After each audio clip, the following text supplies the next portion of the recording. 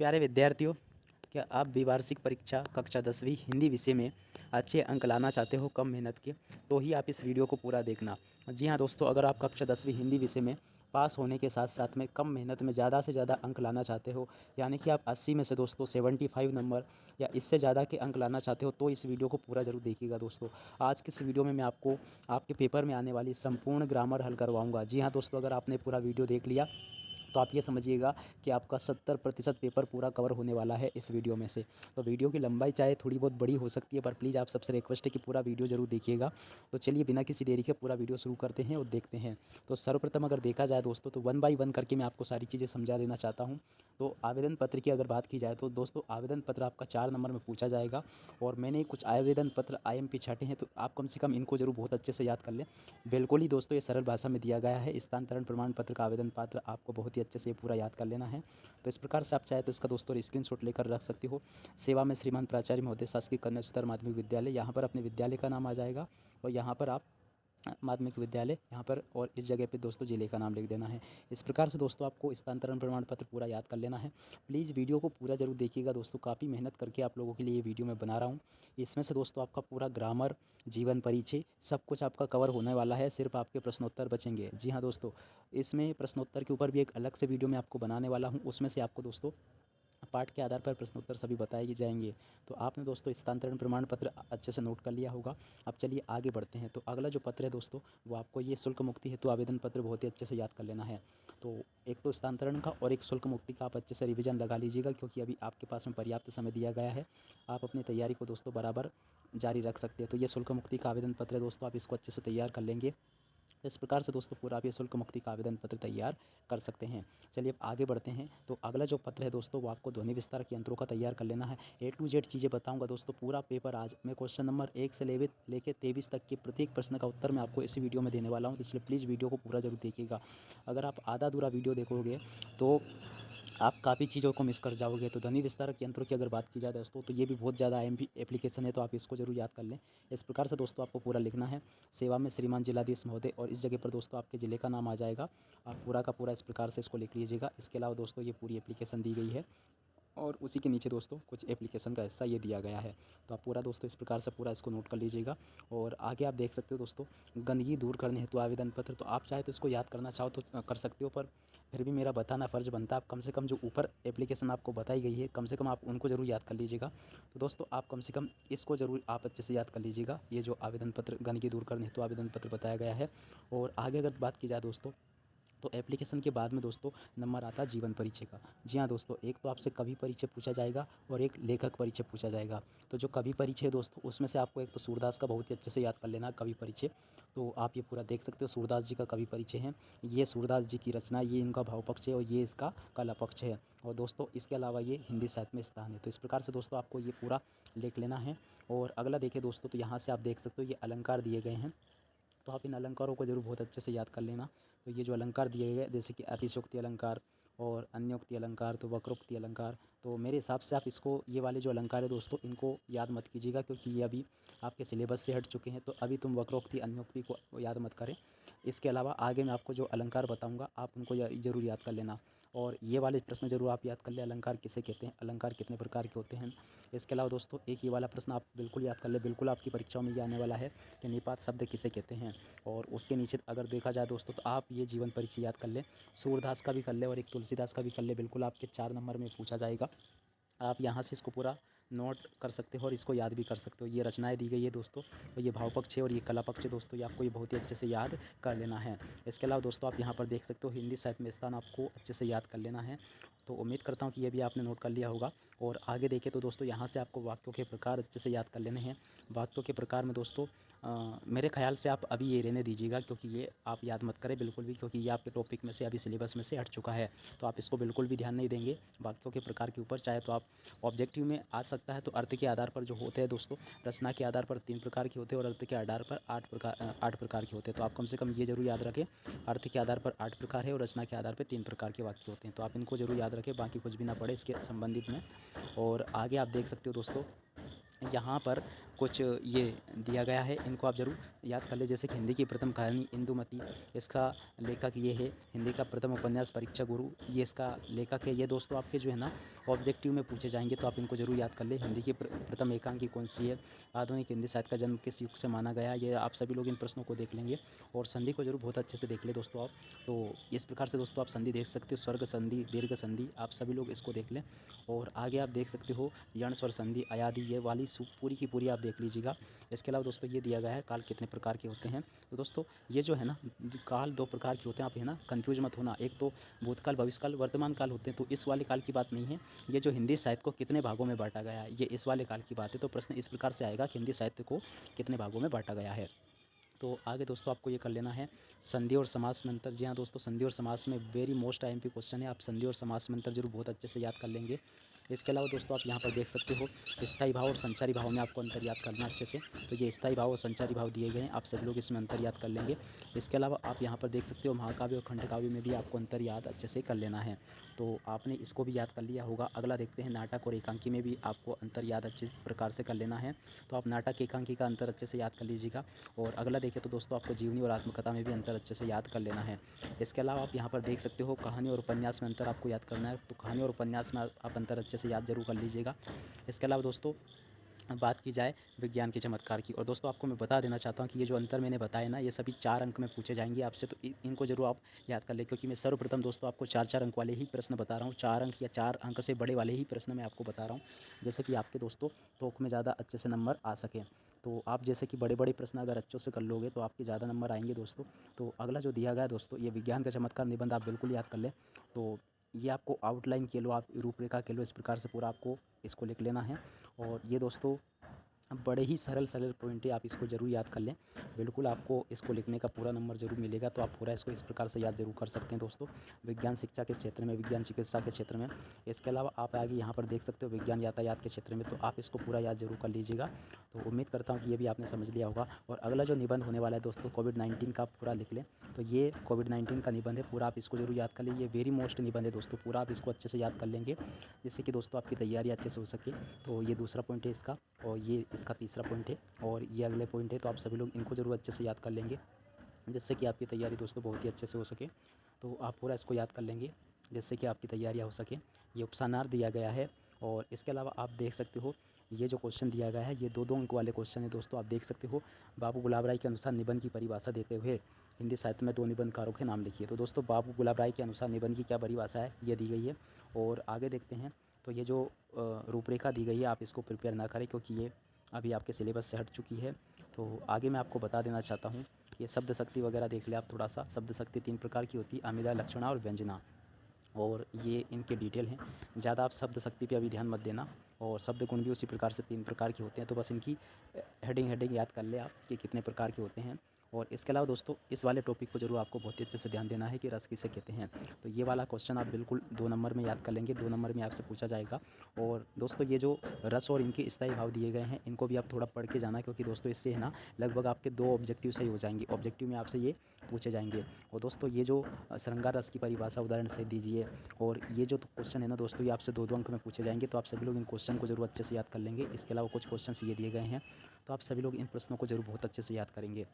आगे आप यहाँ पर देख सकते हो वीर रस की परिभाषा, अद्भुत रस की परिभाषा, ये जो सभी परिभाषाएं दी गई हैं, इनको आप बहुत अच्छे से पढ़ लेंगे। और अब मैं आपको बता देना चाहता हूँ कि अब कोई भी नया टॉपिक आप याद ना करें, जो आपको याद है ना उसी का रिवीजन अच्छे से लगाएं। अगर आप किसी भी नई चीज़ के चक्कर में रहोगे तो आप उस टॉपिक को भी अच्छे से क्लियर नहीं कर पाओगे, जो कि आपको अच्छे से याद है। तो आप पूरा इसको देख लीजिएगा। रसों के प्रकार कौन कौन से होते हैं, आप सभी लोग इनको जरूर अच्छे से देख लेंगे और इनको याद भी कर लेंगे। आगे दोस्तों कवि परिचय हमने देख लिए हैं। अब अगर आगे बात आती है, तो आगे बात आती है लेखक परिचय की।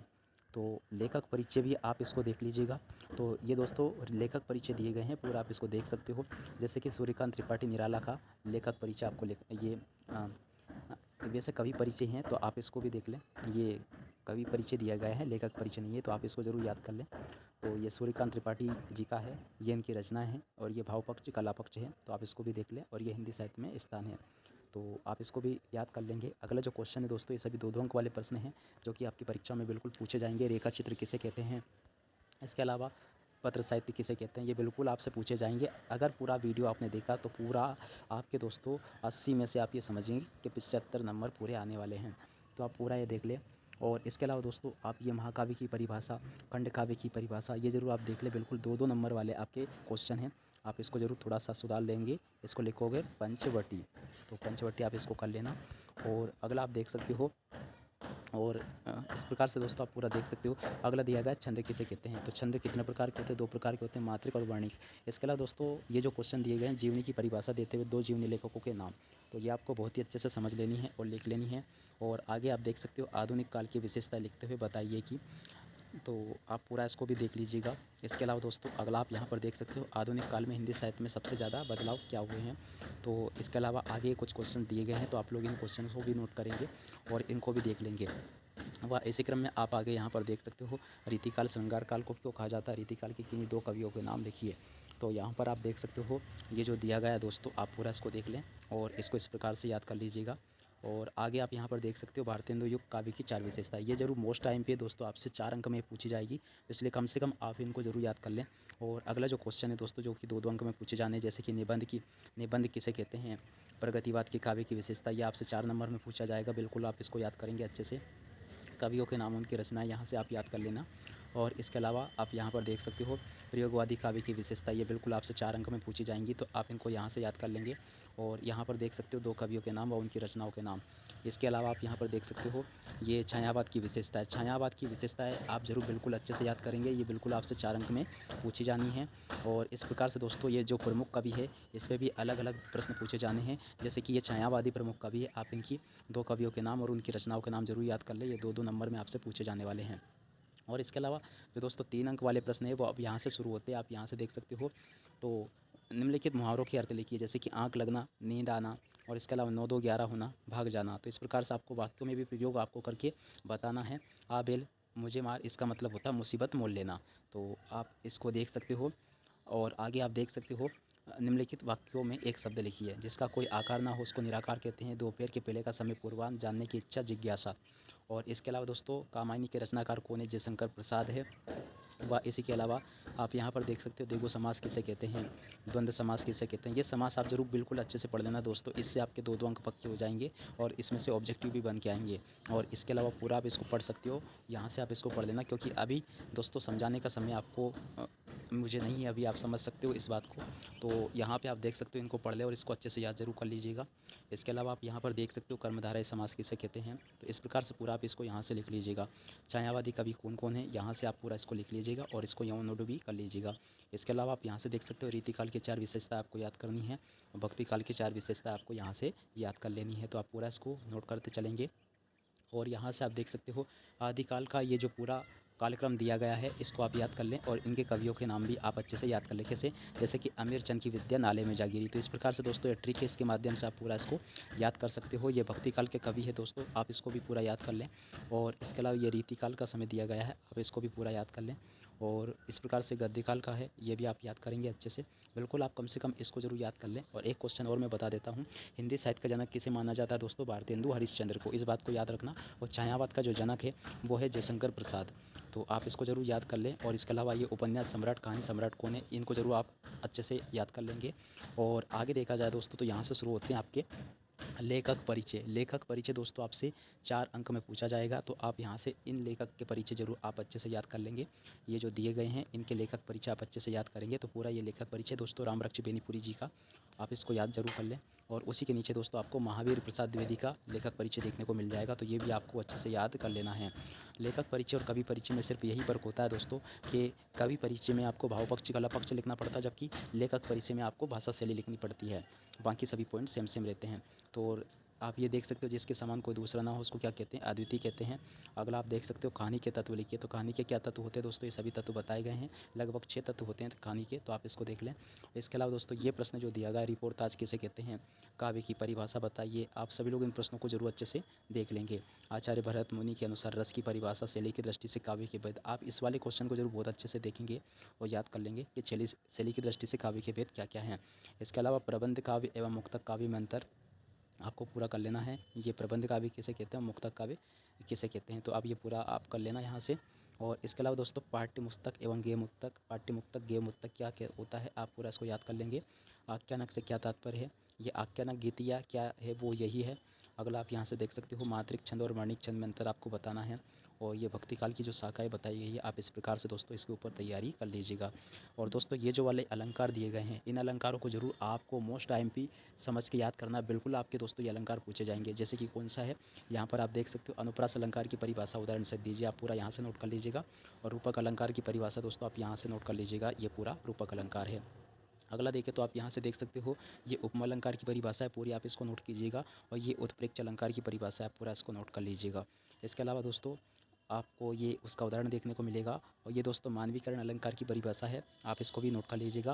और मैं तो ये कहूँगा दोस्तों कि आप जो बोर्ड कॉपी होती है ना उसमें भी इसी प्रकार से व्यवस्थित रूप के लिख के आना, जिससे कि दोस्तों आपको पूरे प्रश्न के उत्तर मिले। क्रिया विशेषण और उसके नंबर भी आपको पूरा मिले। क्रिया विशेषण किसे कहते हैं, तो क्रिया विशेषण क्या होता है दोस्तों आप पूरा इसको देख लें। और इसके अलावा दोस्तों आप पूरा इसको देख सकते हो। और वाक्य के भेद क्या क्या हैं ये आपको याद कर लेने हैं। कर्म के आधार पर ये जो वाक्य क्रिया के भेद, जी हाँ दोस्तों, वाक्य क्रिया के भेद क्या कर्म के आधार पर सकर्मक क्रिया होती है आप और अकर्मक क्रिया, आप इसको ज़रूर अच्छे से याद कर लेंगे। और रचना के आधार पर किसनी होती है, सामान्य क्रिया, नाम धातु पूर्वकालिक, ये इनकी क्रियाओं के भेद है, आप इनको यहाँ से देखेंगे और याद कर लेंगे। दोस्तों अगला जो क्वेश्चन है लोकोक्ति और मुहावरे में अंतर जरूर आप अच्छे से याद करेंगे। आप आगे देख सकते हो कर्मधारय समास और बहुब्रीहि समास को जरूर आप अच्छे से याद करेंगे। व इसी के अलावा दोस्तों आप यहाँ पर देख सकते हो द्विगु समास और द्वंद्व समास में आपको अंतर अच्छे से याद कर लेने हैं। और आगे आप देख सकते हो ये वाला जो छंद दिए गए हैं दोहा छंद की परिभाषा आपको उदाहरण से याद करनी है। मोस्ट आईएमपी है दोस्तों, अगर मैंने पीछे भी छंद अगर बताया है तो उन छंदों की तरफ आप ध्यान मत देना, इन दो छंदों को जरूर आपको याद कर लेना है। तो एक तो दोहा छंद याद करना है और एक ये चौपाई छंद आपको याद कर लेना है। तो इस प्रकार से दोस्तों आपको ये दोनों छंद याद कर लेने हैं। इसके अलावा कविता किसे कहते हैं ये आपको बताना है, तो ये दोस्तों पूरा इसका उत्तर है, आप यहाँ से इसको लिख लीजिएगा। और आगे आप यहाँ से देख सकते हो काव्य के भेद, दृश्य काव्य किसे कहते हैं, श्रव्य काव्य क्या होते हैं। तो दोस्तों काव्य के भेद बताए गए हैं। और शैली की दृष्टि से काव्य के भेद कौन से, प्रबंध काव्य और मुक्तक काव्य। तो इस प्रकार से आपको पूरा बना लेना है। प्रबंध काव्य क्या है, मुक्तक काव्य क्या है, ये ऊपर भी मैंने आपको बता दिया है, वही क्वेश्चन है दोस्तों ये। और अगला ये है महाकाव्य की विशेषताएँ, तो आप पूरा इसको लिख लीजिएगा। और इसके अलावा दोस्तों आपको ये वाला क्वेश्चन भी देख लेना है कि जैसे कि हिंदी के मुख्य महाकाव्य एवं उनके रचयिताओं के नाम, आप यहाँ से देख सकते हो ये हिंदी के प्रमुख मुख्य काव्य है और इनके रचयिताओं के नाम है, तो ये भी आपसे पूछे जाते हैं, आप पूरा इसको जरूर देख लीजिएगा। तो ये था दोस्तों वार्षिक परीक्षा 2021-22 हेतु कक्षा 10वीं हिंदी विषय हेतु मोस्ट आईएमपी प्रश्नों का संग्रह। दोस्तों ये प्रश्न दोस्तों आपकी परीक्षा में बिल्कुल आने वाले हैं, इसलिए प्लीज़ आप सभी लोग इनको जरूर याद करें और कुछ भी अब इसके अलावा कुछ भी नया पढ़ने की कोशिश ना करें, क्योंकि अब समय काफ़ी कम बचा दोस्तों। इसी के साथ में मैं आप सबको वार्षिक परीक्षाओं की शुभकामनाएं देता हूँ। प्लीज़ अगर आपने वीडियो को लाइक नहीं किया तो प्लीज़ लाइक ज़रूर कर दें और साथ ही कमेंट करके मुझे ज़रूर बताएं कि ये वीडियो आपको कैसा लगे। और चैनल को सब्सक्राइब नहीं किया तो प्लीज़ चैनल को सब्सक्राइब करके ज़रूर जाइएगा। धन्यवाद।